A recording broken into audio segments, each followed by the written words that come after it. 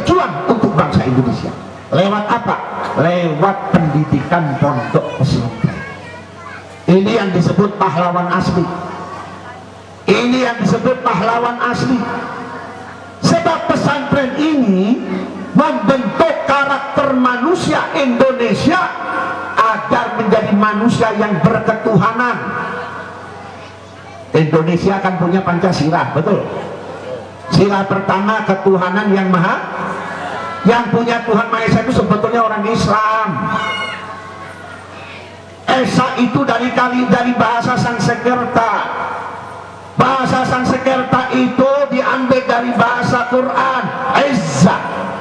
Dalam Asmaul Husna, ya Mu'izzu. Siapa yang punya Tuhan yang memiliki sifat Izza dan Mu'izzu? Tuhannya orang Islam, yaitu Allah. Tapi karena orang Islam itu legowo, orang Islam itu bisa toleransi, gak apa-apa Kristen menganggap Tuhan yang Maha Esa, walaupun Kristen Tuhannya lebih dari satu. Gak apa-apa agama yang lain menganggap Tuhan yang Maha Esa, padahal Tuhannya batu. Gak apa-apa. Yang penting warga Indonesia harus bertuhan, dan harus beragama. Kalau tidak bertuhan harus keluar dari Indonesia. Betul? PKI keluar dari Indonesia. Haram hukumnya pejabat yang melindungi PKI. Haram hukumnya pejabat yang membiarkan gerakan PKI. Berarti dia membiarkan manusia-manusia tanpa Tuhan hidup di NKRI, saudara. Betul atau tidak? Sekarang ini kok tambah semrawut saja. Kok tambah acak-acakan. PKI bikin pegelaran, bikin polisi ini menang baik. Tentara diam saja. Ini ada apa di pemerintahan era Jokowi ini? Ada apa yang saudara hati? Jangan sampai nanti Allah Ta'ala bangkitkan kemarahan umat Islam. Kalau umat Islam sudah marah, maupun polisi, tentara, jenderal bakal dilenyapkan oleh Allah dari NKRI, saudara. Hati-hati, saudara. Ini Indonesia tanah wali, bukan tanahnya Soekarno, bukan tanahnya Jokowi, bukan tanahnya PDI, bukan tanahnya PKI. Ini tanah yang wali.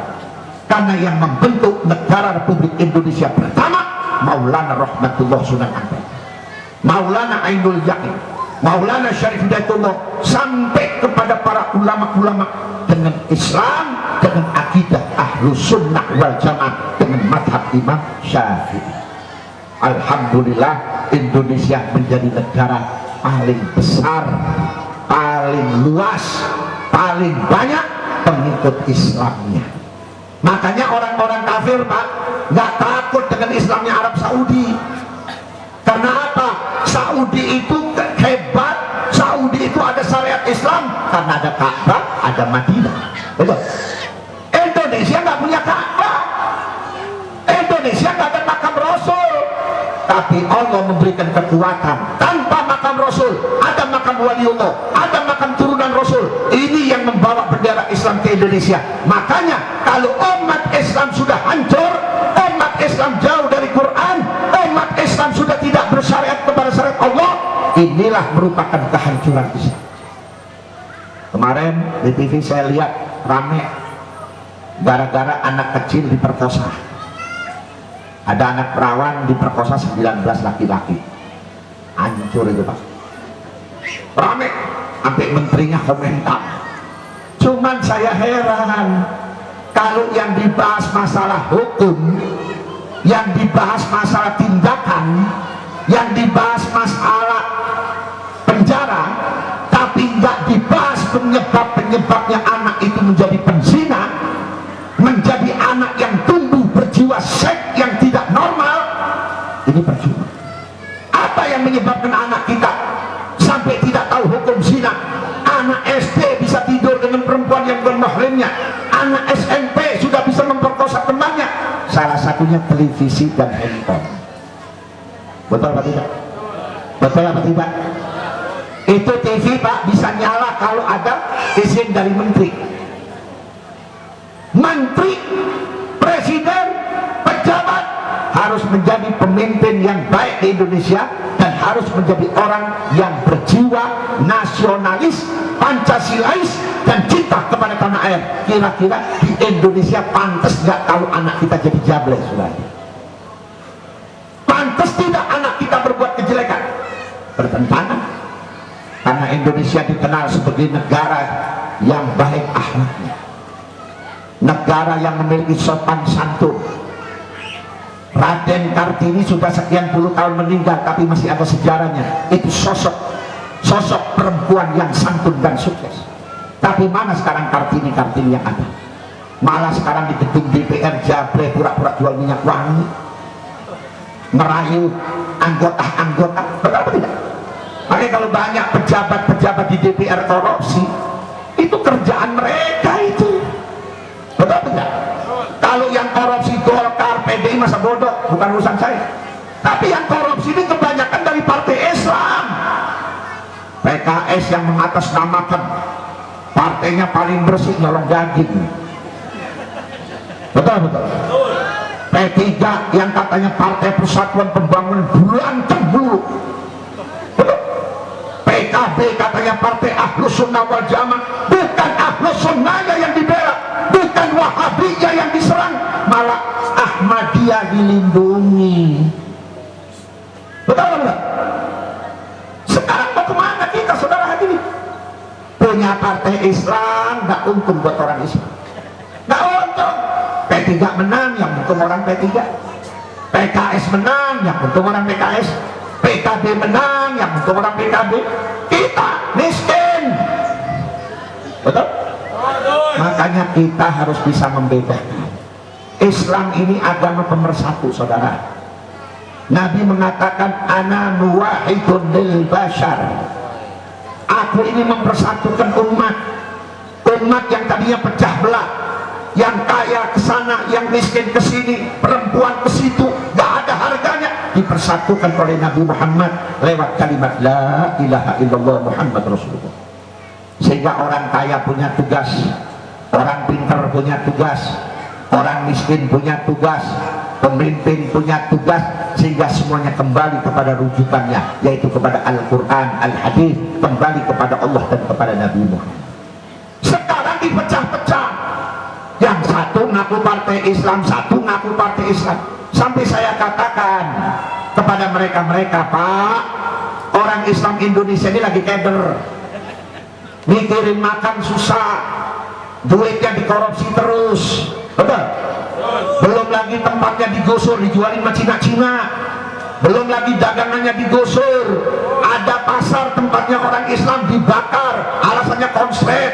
Begitu dibangun, Cina yang beli, kita nongkrong lagi di tengah pasar, diusir lagi. Tolong umat Islam ini jangan dibikin puyeng. Saudara jangan ngaku-ngaku partai Islam. Kalau mau bikin partai di Indonesia yang mayoritas umat Islam, cukup 3 partai. Partai Mukminun, partai Kafirun, partai Munafikun. Partainya orang mukmin, partainya orang kafir, partainya orang munafik. Jadi jelas, yang mukmin kemana, yang kafir ke sini, yang munafik di sini. Jadi enak berantemnya, Pak. Betul nggak? Di ini ngaku mukmin, ini ngaku mukmin, ini ngaku mukmin. Bersatu nggak? Bersatu nggak? Apa buahnya? Makanya Quran ini adalah tuntunan. Kembali kepada Quran. Jadikan Quran ini adalah bacaan yang menyenangkan. Bacaan yang menyenangkan. Saudara, di dalam keadaan seperti ini, kondisi keadaan masyarakat seperti ini, keadaan ekonomi yang carut marut seperti ini, satu-satunya jalur, kata Rasulullah, Al-Quran. Sampai ada satu hadis mengatakan, barang siapa yang sibuk baca Quran dan sibuk baca sholawat sehingga tidak ada waktu untuk minta kepada Allah, orang ini tertekan hatinya lebih cepat diijabah oleh Allah daripada yang minta. Ini zaman-zaman fitnah. Ini zaman-zaman fitnah. Kiai Khalil ini darahnya darah Quran, dari ujung rambut sampai ujung kaki ini Quran. Ketika dia menerangkan kebenaran Quran, ada orang yang bodoh menafsirkan Quran sembarangan. Siapa bilang Nabi Muhammad itu mulia? Tuh di Quran ada Nabi Muhammad juga pernah sesat. Masya Allah, Nabi pernah sesat. Berarti bukan Nabi Muhammad dong, Ahmadiyah itu. atau Muhammad bin Abdul Wahab yang sesat kali ya. Nabi Muhammad masa sesat? Dalilnya apa Pak? Wa wajadaka dhalan fahada. Kami dapati Muhammad dalam keadaan tersesat, kemudian kami berikan hidayah. Quran ini ada terjemah, ada tafsir. Kalau terjemah itu berpindahnya bahasa Arab ke bahasa lain. Di Indonesia bahasa Indonesia, kalau di Eropa bahasa Inggris, di Yunani bahasa Yunani, di Jepang bahasa Jepang. Tapi yang namanya terjemah tidak mampu menembus asbabun nuzulnya Quran, tidak mampu menembus tentang asal muasalnya turunnya ini Quran. Yang bisa menembus yaitu tafsir Quran. Apa sebabnya Allah turunkan ayat tersebut? Waktu itu Nabi dalam keadaan bingung yang sangat, melihat orang-orang jahiliyah, ibu-ibu luar biasa kurang ajarnya sama agama. Lihat anak muda minta duit sama ibu. Bu, minta duit, minta sama bapakmu. Kata bapaknya nggak ada. Balik lagi, bu minta duit, nggak ada. Akhirnya apa saudara hadirin? Si ibunya ditarik, diseret, diajak ke tempat kumpulan teman-teman yang masih muda. Lalu si anak berkata, wahai kawan-kawanku, maukah engkau mencicipi tubuh ibuku? Karena aku butuh uang. Dilihat ibunya bagus, seksi, berebut, saya mau sekian dirham, sekian dirham. Akhirnya si ibu tidurin, disetubui oleh teman-teman anaknya. Anaknya nonton, beres dibayar, anaknya berzina. Bagaimana ini caranya? Allah kasih petunjuk kepada Nabi Muhammad. Ya Muhammad, angkatlah derajat ibu. Ada yang nanya pada waktu itu, ya Rasulullah, siapa yang harus aku muliakan? Ummuka, ibumu. Siapa lagi ummuka, ibumu? Siapa lagi ummuka, ibumu? Siapa lagi abuka, ayahmu? Turun firman Allah, wa'budullaha wa la tusyriku bihi syai'an wa bil walidaini ihsan. Sembah Allah, jangan menyekutukan Allah. Ibadah kepada Allah, terhadap ibu bapak hendaknya berbuat baik. Naik derajat ibu, naik keagungan ibu, sampai Nabi mengatakan apapun besarnya amal seorang anak, apapun hebat ibadahnya seorang anak, kalau tanpa keridhaan dari ibu dan bapak, Allah tutup pintu surga buatnya. Naik berarti. Makanya Pak, ditinggal istri masih ada gantinya. Betul? Kalau malaikat turun kepada saya nanya, Dek, mau ibunya Habib atau istrinya Habib yang mati? Istri dulu deh. Betul nggak? Kenapa? Istri saya bisa kawin lagi, mertua saya bisa ganti lagi. Kalau emak nggak ketemu, betul apa tidak? Ibu punya mantu 5. Ini cerita mertua ya, bedanya mertua sama emak. Mantu 5, yang 4 kaya, yang 1 miskin. Kalau lebaran lagi kumpul, yang miskin disindir. Makanya Neng, kalau mau kawin tuh kayak kakak lu, liatin tuh lakinya punya pabrik, lakinya punya taksi, lakinya punya bini. Laki lu mah gojek, tukang ojek, disindir nggak? Tapi kalau ibu beda, anak 5, yang 4 kaya, 1 miskin. Kalau kumpul, nah biar kamu kaya, biar kamu kaya, adikmu juga miskin, tetap semuanya ini anak emak keluar dari perut emak. Emak nggak ridho dunia akhirat kalau kamu menghina adikmu yang miskin. Itu orang tua. Betul nggak betul? Makanya kalau sudah ditinggal ibu Pak, walaupun bapaknya masih ada, hidup itu udah pincang saudara. Saya alhamdulillah dari umur 7 tahun saya tinggal bapak saya, tapi ibu saya masih ada. Saya kalau ke Surabaya, saya mampir ke ibu saya. Ibu saya nanya, ceramahnya masih keras, sing banter, jokopi, tambah keras kapoko. Mati nih kayak Kanjeng Nabi, bukan nopo-nopo. Itu ibu saya. Umur 17 tahun saya di penjara di Surabaya Pak. gara-gara ngelitik Alamsa. 15 hari saya di Kodim Surabaya. Ibu saya dilaporin, hei anakmu ditangkap. Gak apa-apa, kalau kiai takut ditangkap nanti nonton itu kiai, biarin ditangkap. Besok saya ditangkap lagi sampai 6 kali. Ibu saya bilang gak apa.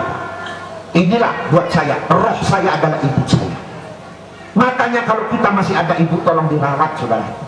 Sekarang ibu tinggal sebatang kara dititipin ke batu jumbo. La ilaha illallah. Betul. Saudara hadirin yang saya hormati, ini ayat menjawab wa wajadaka dhalan fahada. Kamu dalam keadaan kebingungan ya Muhammad, bukan sesat. Dhalan itu bingung, bisa diartikan sesat, tapi nggak pantas kalau Nabi Muhammad disebut sesat. Kalau Nabi pernah sesat, nggak mungkin dijadikan uswatun hasanah. Nah ini hati-hati saudara hadirin. Makanya sekarang ini Pak, belajar Quran pakai guru. Kalau di pesantrennya ada gurunya kan. Sekarang ini anak-anak kita belajar Quran lewat handphone. Wah sekarang jahanamnya Yahudi ingin menghinakan Quran, itu suara-suara Quran ditaruh di handphone kita, jadi nada dering. Saya mau tanya, kalau bapak punya handphone ada nada dering, ada misalkan, atau ayat kursi atau yasin. Satu waktu bapak atau ibu keluar kota, sampai di terminal kepengen buang air besar, nggak mungkin dong bapak nitipin handphone kepada satpam. Pak, bisa dijual sama satpam, betul nggak? Kita taruh di kantong, begitu ngedem Allah la ilaha illallah wal hayyul qayyum ada handphone. Betul betul. Ini penghinaan. Jangan saudara menganggap bahwa saudara seorang Islam tuen karena handphonenya ayat-ayat Quran. Jangan. Sekarang ada fatwa, nggak apa-apa baca Quran nggak pakai wudhu, yang penting Qurannya ada di handphone. Betul. Malah sekarang orang kafir disorbanin, dibawa ke pesantren-pesantren, terakhir dibawa ke Probolinggo, dikasih Quran sama kiainya, dipegang dengan tangan kiri. Masya Allah, penghinaan terhadap Al-Quran. Belum lama di Tangerang ada kiai menghina Quran, rekamannya saya simpan.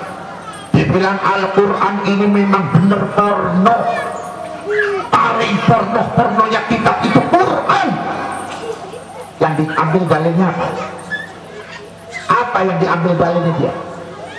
Nisa'ukum harfun lakum, perempuan-perempuanmu itu adalah ladang dan sawah yang boleh dicantol lewat mana saja. Perempuan itu istri kita itu diumpamakan ladang, ya Pak, Bu. Ladang ini harus diapain? Ditanam. Ditanam dengan apa?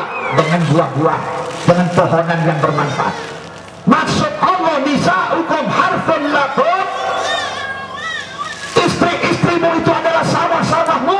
Tanemin iman, tanemin akhlak, tanemin ilmu, supaya membuahkan auladan salihan, aubanatan salihah. Jangan diartikan urusan begini. Kucing nggak diajarin nonggeng, anaknya banyak. Siapa yang ngajarin kucing begitu? Dokter hewan ngajarin nggak? Cing-cing, kalau naik sebelah sini, ya ada. Asal cepat. Amin. Betul nggak? Maka kalau orang dulu kalau habis beranak lagi tuh sampai ke kucing beteng wae. Betul nggak? Kucing siapa yang ngajarin? Ayam siapa yang ngajarin? Jangan mengartikan Quran lewat syahwat. Kalau kita sudah menghina Quran, nanti orang kafir pun akan menghina. Betul nggak? Ada orang Wahabi, ini saya dapat majalah dari Mesir. Ini Wahabi ceritanya, Ustadz Wahabi nama Wahabi. Pak, tahu nggak Wahabi Pak? Wahabi yang nggak demen maulid, benci sama tahlilan, Wahabi. Saya katakan Wahabi bukan Islam Pak. Wahabi menghancurkan Islam lewat Islam. Wahabi menurut saya sudah kafir. Nanti saya ceritain. Orang Wahabi ceritanya datang kepada pastor, pendeta non Islamin. Pasturnya nanya, saya mau tanya dulu Ustaz, menurut Islam bagaimana kedudukan Nabi Isa? Oh Masya Allah, Nabi Isa dari kecil sudah diangkat jadi Nabi oleh Allah Ta'ala. Wah, bagaimana ibunya Nabi Isa? Siti Maryam. Siti Maryam mulia, wanita suci, sampai diabadikan namanya di dalam Al-Quran sampai ada surat Maryam. Nah terus kalau Nabi Muhammad, bapaknya kafir, ibunya kafir, Wahabi. Nabi Muhammad jadi Nabi umur berapa? 40 tahun. Sebelum jadi Nabi, kafir. Akhirnya si pendeta Kristen bilang, kalau begitu anak gak jadi masuk Islam dong. Mendingan anak cari agama yang nabinya dari kecil jadi nabi, yang ibunya diabadikan di Quran. Akhirnya si pendeta berkata, hei Ustadz goblok, katanya, hei Ustadz jahil, kalau kamu sudah mengkafirkan nabimu sendiri, mengkafirkan orang tua nabimu sendiri, bagaimana dengan orang kafir tidak tambah benci dan tambah menjadikan bahan untuk mencelah Muhammad? Loh, ternyata orang Wahabi beriman kepada Allah, benci kepada Rasulullah. Jangan sama Rasulullah Pak, sama surat Yasin benci Pak. Yasinan aja. Saudara, di Ciputat itu ada perumahan Pak. Saya punya jamaah jadi anggota DPR dari fraksi P3. Pas saya diundang, saya datang di masjid lagi baca Yasin. Itu orang-orang Wahabi datang disuruh masuk ke masjid, nggak mau. Dia bilang apa? Saya nggak mau masuk masjid ini, malaikat sudah nggak ada di masjid ini gara-gara ada orang Yasinan. Yasin Quran bukan Bu? Quran bukan? Di Lampung Wahabi Salafi, dia kan mengatasnamakan Salafi, bukan Salafus Soleh, Salafi Tiran. Salafi Tiran orang sedong itu Wahabi. Saudara hadirin, itu masuk masjid cari Quran pas surat Yasin dirobek. Pas surat Yasin dirobek. Kira-kira Wahabi sudah kafir tidak? Pak jawab Pak. Pak jawab Pak. Bapak Ahlu Sunnah Wahabi ini. Bapak Ahlu Sunnah Wahabi. Masa takut? Woi, Wahabi kafir nggak? Kafir. Siapa yang jadi teroris? Siapa yang jadi, biar polisi dengar tuh, siapa yang jadi teroris? Matiin Wahabi. Betul? Makanya kalau jadi teroris jangan di pesantren-pesantren yang maulidan, yang selamatan. Gak ada Ahlu Sunnah jadi teroris, gak ada. Karena Ahlu Sunnah pengetahuannya luas. Ahlu Sunnah itu tak luas pengetahuannya. Biar ente gak terlibat sama Ahlu Sunnah masih di rangkul, nggak seperti Wahabi. Orang kudus diomongin, orang taklim diomongin, tapi maksiat di depan matanya dibiarkan. Ini Wahabi ingin menjadikan Indonesia negara tanpa bendera dan tanpa Pancasila. Itu radio rojak yang di dalam sini. Singkatan rojak, radio orang-orang jahanam. Dia mengatakan hukumnya kafir, syirik, orang yang hormat sama merah putih. Pancasila itu adalah asas kekafiran, harus diganti. Dulu zaman Pak Harto Pak, orang ngomong begini Pak, nggak sampai 2 hari hilang. Kalau ada majlisnya ditutup, di bumi hanguskan, tutupnya dihilangkan. Tapi sekarang kok enak ya, Wahabinya ikut ke sana, buku-bukunya bertebar di sana. Itu pesantren-pesantren Wahabi adalah cikal bakalnya ISIS di Indonesia, saudara. Mana dia tahu? Bu, 5 bulan yang lalu saya diundang di daerah Jawa Tengah, di Cilacap, di satu acara hall di pondok pesantren. Saya pulang mampir ke Garut. Di situ ada teman saya yang satu pesantren, bapaknya kiai besar. Dia baru pulang dari Mesir. Tiba-tiba dia ngomong cerita ISIS. Dibukain laptop Pak saya Pak. Itu seminggu sampai saya nggak makan Pak. Asal dengar sate kambing, daging, buka. Bagaimana ceritanya? Ada seorang ibu yang umurnya sekitar 50-55. Itu dibuka laptop. dia mencari anaknya yang sedang diculik sama ISIS di Irak. Begitu dicari ketemu markasnya. Bu, ibu nyari siapa? Nyari anak saya. Oh, anak ibu ada di dalam. Enak, anak ibu sehat, berbudur. Alhamdulillah. Sudah, ibu duduk sini. Ibunya duduk, disuguhin kopi, disuguhin makanan kecil.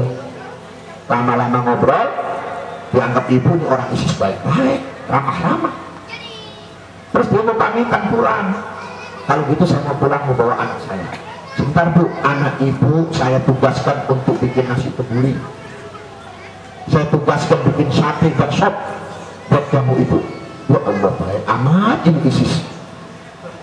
Tidak lama kemudian datang nasi kebuli, sop dan sate. Makan si ibu, karena ibu ini lebih banget Pak. Berhari-hari dia nyari anaknya, udah lusuh. Makan sate, makan sop semua. Selesai, dia ucapkan terima kasih atas jamuannya. Sekarang saya mau pulang, mau bawa anak saya. Oh, ibu mau bawa anak ibu? Iya, yang ibu makan tadi itu daging anak ibu. Yang jadi nasi kebuli itu daging anak ibu. Yang jadi sop itu daging anak ibu. Saya mau tanya, adakah jihad sabilillah seperti ini? Adakah? Ini jihadnya siapa? Ini fisabilillah iblis, bukan fisabilillah. Kayak kemarin di Jalan Tamrin, polisi jadi korban. Itu bukan fisabilillah, fisabilillah Tamrin. Yang mati saudara kita. Biar polisi dia Islam, saudara kita. Dia punya anak, dia punya istri. Pasti anaknya jadi yatim, istrinya jadi janda. Dosanya siapa yang nanggung? Betul apa tidak? Bom bunuh diri. Saya tanya kepada ulama, tidak ada hukum bom bunuh diri. Nabi mengajarkan jihad perang Pak. Maju itu musuh di depan, kita di sini. Masalah mati Allah yang nentuin. Orang yang bom bunuh diri itu jihadnya pengecut. Betul nggak? Nggak berani ngadep. Seperti di Hadramut di Yaman, katanya mau bunuh Syiah, yang dibunuh ulama Ahlus Sunnah. Bunuhnya nggak berhadapan begini. Ketika imam ini, ulama ini mau sholat, ditembak, jekir. Terakhir cucu saya Abdul Qadir Jilani, keturunan keberapa itu? Pendiri Thariqah Qadiriyah di Adem. Ketika mau sholat subuh, ditembak. Terakhir, apakah ini bisa dibenarkan? Dan apakah ini diberi kebebasan antek-anteknya di Indonesia? Ibu-ibu kita nggak pakai jilbab begini, pakai kebaya, pakai kain batik, kerudung biasa, tapi sholatnya Masya Allah. Sekarang pakai jilbaban nggak sholat, pakai jilbaban selingkuh, pakai jilbaban jadi suntur. Gak percaya? Saya unjukin kamu di depan mata kamu nanti di puncak. Saudara lihat itu di warung Aleng, tempat turis-turis Saudi Arabia, itu yang pakai jilbab, pakai cadar, aktsaruhum dhahban. Kenapa? Kalau dia nggak pakai hijab ketahuan sama santri di demo. Orang dulu Pak, Islamnya bukan di baju. Contoh Pak Harto. Pak Harto berseragam. Nggak ada Pak Harto ngomongnya kayak pejabat sekarang. Baca Quran, biasa. Assalamualaikum warahmatullahi wabarakatuh. Udah, nggak ngomong agama, ngomong pembangunan. Tapi Pak Harto paham. Rakyatku Indonesia, mayoritas orang Islam yang berakidah Ahlus Sunnah wal Jamaah. Siapa yang ngutik-ngutik ajarannya orang Ahlus Sunnah, saya tutup. Karena Pak Harto mikir, pecahnya rakyat, pecahnya bangsa. Pecahnya bangsa, pecahnya negara. Betul tidak? Siapa yang ngasih pajaknya negara ini kalau bukan rakyat Indonesia yang umat Islam, Ahlus Sunnah? Sing ngerokok wong Ahlus Sunnah Pak, berarti ngasih pajak buat Indonesia. Betul nggak? Sing beli peci orang Ahlus Sunnah Pak, berarti ngasih pajak buat Ahlus Sunnah, buat tetap Indonesia. Makanya zaman Pak Harto, yang namanya ormas-ormas anti tahlil dikunci, Persis ada dikunci, cepat. Al-Isyad ada dikunci. Yang dibuka cuma dua, NU dan Muhammadiyah. Karena NU dan Muhammadiyah sangat dewasa, saling menghormati, nggak saling mencela, toleransi. Dan saya bukan ngomong, saya 3 tahun saya kenal dengan orang-orang Muhammadiyah. Nggak ada orang Muhammadiyah ngomong tahlilan, udah nggak ada. Malah saya bertanya, Habib suka bikin maulid ya? Suka. Kasih tahu kami ya Bib ya, biar kami nanti bisa bantu-bantu. Itu toleransinya. Buya Hamka Muhammadiyah ketika diundang oleh Ki Haji Abdullah Syafi'i untuk kuliah subuh, Buya Hamka dipersilakan jadi imam. Begitu jadi imam, Buya Hamka kunut, Allahumma hdina fi man hadayt. Masuk radio, ramai Jakarta, Buya kunut, Buya kunut. Akhirnya Buya didatangin oleh aktivis, oleh pengikutnya. Buya pakai kunut. Buya tidak kunut, tapi tadi pagi kunut. Karena menghormati pendapat saudara itu lebih baik daripada mempertahankan pendapat sendiri. Tuh kalau orang pintar. Kalau ada tetangga sini yang nggak doyan tahlilan, terus di sini ada yang mati, datang aja. Kalau nggak mau tahlilnya ya belakangan pas bagian berkat itu datang. Minta diisin ya, tulis. Kalau nggak punya malu, betul nggak? Nggak keren. Maulid Nabi saya nggak maulid. Itu pakai makhluk yang Nabi cepet-cepet pakai taruh ke barat. Ya udah datangin nanti waktu ceramah, duduk di depan, enak, gampang ngomelin kalau gitu. Betul nggak? Gampang ngasih tahu. Yang penting itu belajarnya pakai guru, jangan pakai doktrin. Sebuah hal ini pakai doktrin Pak. Dalil kayak apapun sahihnya buat dia nggak cukup kalau nggak sama. Dalil kayak apa benernya buat dia nggak boleh diterima kalau nggak sama dengan ideologinya. Ini kan namanya orang goblok parahnya. Udah tahu jalan ke sini, dikasih tahu jalan ke sana, tambah yang ini akhirnya masuk ke jamban gitu. Maka di sini saya minta pesantren Al-Mu'awanah bisa melahirkan santri Quran Ahlus Sunnah wal Jamaah. Dan kita doakan kepada guru kita sebagai pendiri dan pengasuh pondok pesantren Kiai Khalil, mudah-mudahan dipanjangkan umur, kesehatan, afiat. Saya lihat fisik beliau sudah lemah, sudah terlalu capek beliau. Lailan wa naharan, siang dan malam memikirkan santri, memikirkan anak bapak, anak ibu. Belum tentu bapak ibu mikirin untuk kiai, betul nggak? Betul? Ibu bapak jangan suka ngalahin kiai anak guru ngaji ya. Ya, saya lihat di TV ada ibu melaporin guru ngajinya ke polisi. Sampai ke guru ngaji udah miskin bengit ditangkap ke polisi. Saya bawa cerita Syekh Abdul Qadir Jilani. Ini pelajaran buat kita nih, dengerin Pak. Dulu di zaman Syekh Abdul Qadir Jilani, beliau punya pesantren kayak begini. Tetangganya hasut, dengki, syirik kepada beliau. Mau jatuhin Syekh Abdul Qadir Jilani lewat mana? Sampai dia bikin bolongan lubang kecil yang tembus ke kamar dia. Ternyata diintip Syekh Abdul Qadir Jilani punya murid kesayangan. Murid kesayangan ini nggak diajarin apa-apa, cuman disuruh ngeladenin makan, bantuin kalau beliau mau makan, menyiapkan kalau dia mau minum, sisa makanannya berikan kepadanya. Syekh Abdul Qadir Jilani makan ayam, sisa dikasih. Syekh Abdul Qadir Jilani makan daging, sisa dikasih. Wah, ini bahan buat saya. Dicari tahu itu santri yang dikamani Tuan Syekh Abdul Qadir Jilani orang mana? Oh, orang Sawangan misalnya. Anaknya siapa? Anaknya bapak pulang. Dia datangin bapaknya. Pak, betul tak bapak punya anak namanya ini? Betul. Dia pesantren di Syekh Abdul Qadir Jilani? Betul. Bapak tahu anak bapak persis kayak anjing peliharaan. Nggak benar. Saya buktinya Pak. Tiap hari saya lihat anak bapak nggak diajarin apa-apa, cuma dikasih makan sisa. Yang benar. Akhirnya bapaknya datang menemui Syekh Abdul Qadir Jilani. Ya Tuan Syekh, anak saya titipkan di sini untuk dididik menjadi orang yang alim, orang yang soleh, bukan menjadi anjing peliharaan. Saya dengar dari tetangga Anda bahwasanya anak saya di kamar ini suruh melayani, suruh makan makanan bekas. Kata Syekh Abdul Qadir Jilani, kalau bapak tidak ridho, tidak senang, bawa aja anak bapak pulang. Bawa pulang. Begitu keluar dari ruangan, ya masih lewat di teras seperti ini kan lumayan jauh ya. Ditanya sama si ayah, ayahnya seorang ulama, ayahnya santri ini. Anakku, kamu tahu nggak kitab ini? Saya tahu Pak, ini kitab menciptakan ini. Kitab ini menciptakan ini. Pokoknya semua yang ada di kitabnya ulama besar di desanya anak ini, semua di kepala anak ini. Oh, ternyata kamu alim.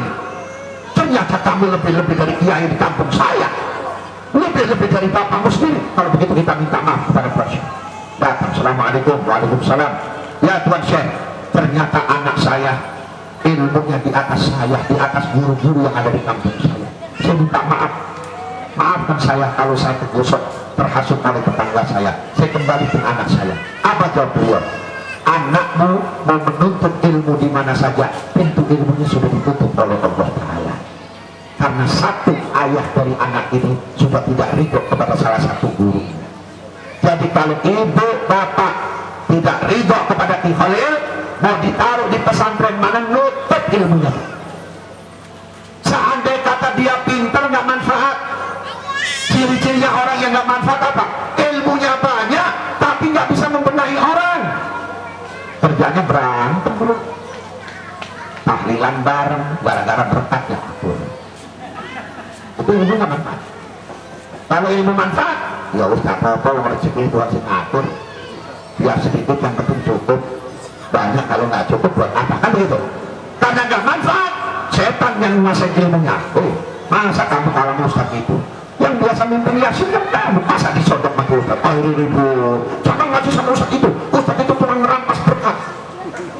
Akhirnya ini orang, ini ustaz disebut apa? Imanuhum fi fulusihim wa akidatuhum fi bumsanihim. Giliran orang yang banyak duit, dia tetap kalau tahlilan. Oh tahlilnya lain, tahlilnya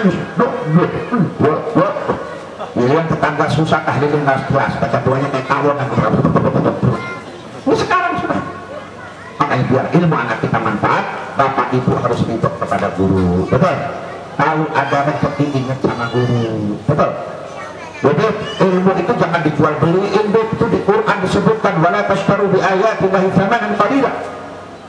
Memang ilmu nggak bisa dijual murah. Sayyidina Ali waktu ditanya sama satu orang tentang ayat tersebut, ya Ali kan tsamanul ilm, berapa harganya ilmu kalau memang Allah mengatakan tidak boleh menjualkan ilmu? Jawab Sayyidina Ali, 1 alif 30 domba. 1 alif 30 ekor kambing. Kalau 1 ekornya berapa sekarang? 1 juta ya? 1 juta berarti 1 alif 30 juta. Kalau sampai Hamzah iya kurang berapa? Ayo, tajir guru ngaji. Tapi sekarang sebaliknya guru ngaji bengek. Nah, nanti minta sama bapak buat tambahan bayar listrik. Berapa Pak Ustadz? 10.000. Kata bapaknya, yang ilah aja kalau pilih Ustadz. Lillah itu urusan hati dengan Allah Pak. Tapi beli kapur pakai fulus, bayar listrik pakai fulus, nggak pakai surat fulhu, nggak pakai surat al-ikhlas. Betul nggak? Tapi tanpa bapak sadari, ibu sadari, anak kita kursus bahasa Inggris 1 minggu 2 kali 600.000 sampai 1 juta. Kursus balet, nari, jutaan. Ini Quran yang untung kita nanti di dalam kubur saudara ini. Betul nggak? Kita ditahlilin 7 hari, 40 hari, tapi anak yang soleh yang bakalan terus-terusan doain kita. Betul nggak? Selesai 7 hari nggak ada yang turunin Fatihah, nggak ada yang baca Yasin, tapi anak kita setiap baca Quran, walaupun nggak diniatkan untuk orang tuanya, tetap orang tuanya dapat 1 huruf. Kata Nabi Muhammad, bapak dan ibunya mendapat 10. Kalau alhamdulillah 5 huruf sudah 50. Kayak apa? Memang pahala di dunia nggak kelihatan, tapi kalau sudah dikubur, pahala itu berupa kenikmatan la ainun ra'at wala udhunun sami'at wala khatara ala qalbin bashar. Matamu tidak bisa menghayal keindahan saking indahnya, kupingmu tidak bisa mendengarkan irama yang indah saking nikmatnya, hatimu tidak bisa membayangkan lagi betapa keindahan di alam barzakh, pahala yang dikirimkan dari sebab anak-anak yang membaca Al-Quran. Maka disinilah perhatikan Quran, perhatikan pendidikan anak-anak kita. Insya Allah bapak-bapak, ibu-ibu yang membawa anak-anak ke pondok pesantren ini tidak akan diputus rezekinya oleh Allah Ta'ala. Tambah makmur, tambah berkat, tambah subur, tinggal bapak doakan. Betul nggak? Nanti begitu pulang, bapak siapin tempat, ya. Jangan dikawinin dulu pak. Kalau sudah dikawinin siapa yang menjadi kiai nanti? Betul nggak? Begitu datang, siapin tempat. Nggak usah banyak-banyak, 200 meter, ya. Buat majelis taklim, atasnya pondok pesantren. Nanti kalau ada santri-santri anak orang nggak punya, yang zakat sudah kamu nginep di sini aja. Nanti kalau mau sekolah pagi kamu berangkat balik lagi sini. Nanti diajarin Quran sampai ini santri-santri orang yang fukara orang masa itu bisa dapat Quran. Pahalanya luar biasa, kemuliaannya luar biasa. Ini apa saya sampaikan. Kalau ada ucapan yang benar itu dari Allah. Kalau ucapan yang kurang enak didengar, itulah kesalahan dan kebobrokan saya. Mohon dimakan pintu riba, maaf yang sebesar-besarnya. Akhirul kalam. Assalamualaikum warahmatullahi wabarakatuh.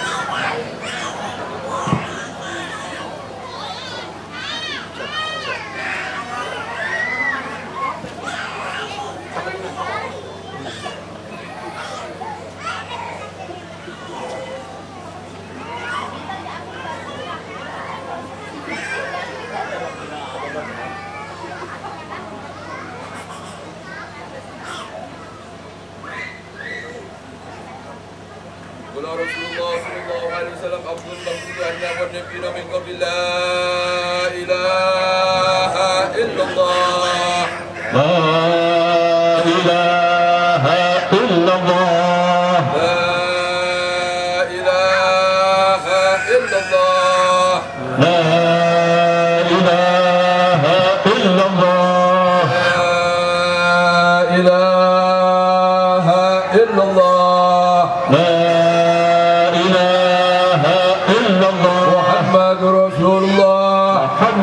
Rasulullah hamdan ya Rabbi masjid ya Rabbi ya Allah amin Allahumma salli wa sallim wa barik alhamdulillahi rabbil alamin Allahumma salli wa sallim ala sayyidina Muhammadin fil awwalin wal akhirin wa salli wa sallim ala sayyidina Muhammadin fil nabiyyin mursalin wa salli wa sallim ala sayyidina Muhammadin fi kulli waqtin wa hin wa salli wa sallim ala sayyidina Muhammadin yawmiddin Allahumma ya ilahana Allahumma hadil Fatihah wa ushiril Fatihah wa min karamatil Fatihah wa syafatil Fatihah wa minzalil Fatihah wa min Bismillahirrahmanirrahim. Allahumma jal hadza jahlan marhuma wa taqabbal ma'suma Allahumma shrah sudurana warfa darajatina wa fi mardana wa qi duyunana wa wasi' arzaqana wa tahir qulubana amin lana futuhal arifin amin lana futuhal arifin amin lana futuhal arifin amin Qur'an azim Allahumma aqinna bima razaqtana wa asrif haythu nahaydana wa taqabbal ma kunaytu 'anna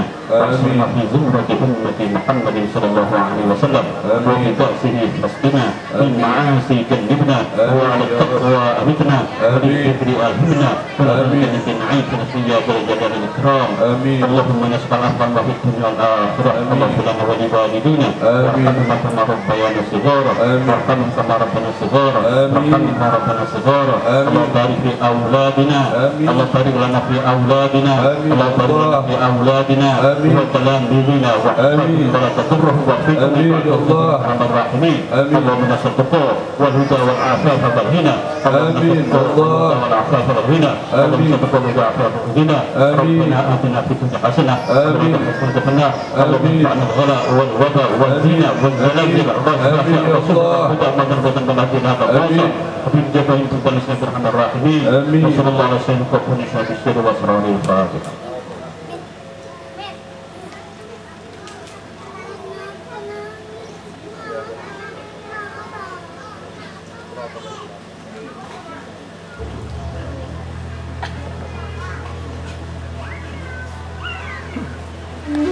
Hadirin sekalian, demikian terakhirlah acara prosesi wisuda dan haul. Kami atas nama panitia dan juga pembawa acara menyampaikan permohonan maaf atas segala kekurangan. Wallahul muwaffiq ila aqwalil thoriq. Wassalamualaikum warahmatullahi wabarakatuh.